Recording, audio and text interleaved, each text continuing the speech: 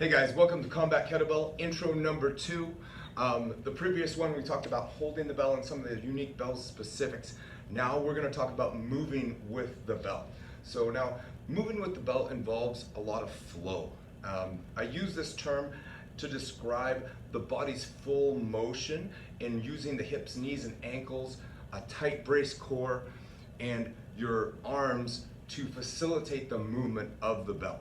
Now, when I'm talking about moving your hips and knees and ankles, all I'm thinking of is like a rebounding motion, almost like a jump type action, where we're softly pushing the hips back, bending the knees a little bit, and flexing at the ankles.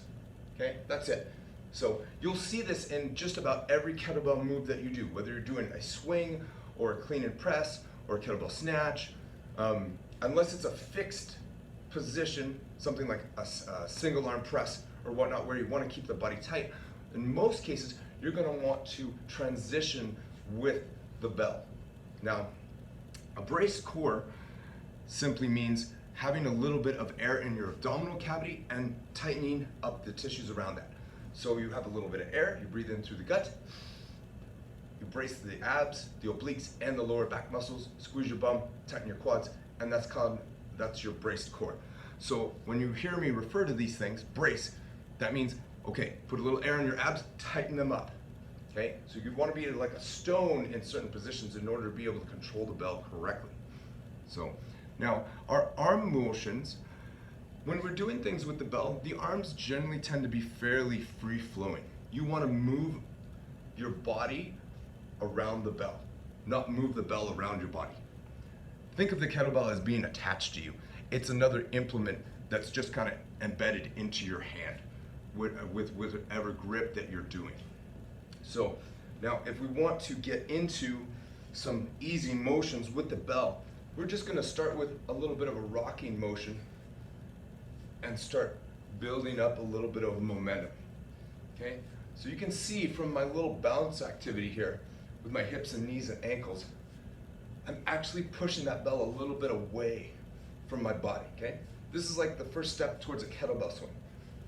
As I push my hips forward into the bell, it gently swings away. Okay, now this is nice and loose. My shoulders are nice and loose. I just have a moderate tight grip on the bell, and I'm just flowing with the bell.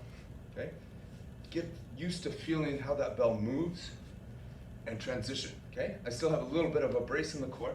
It's not a lot, it's just a little bit. So a little pressure on the abs. And I can slowly maneuver that bell. Now, if I go harder, I can bring that bell up higher. Okay, and so I'm creating momentum in from my hips and my knees, through my torso and into my shoulders, propelling the bell away. Okay, so that little cushion effect is what I'm doing to get that.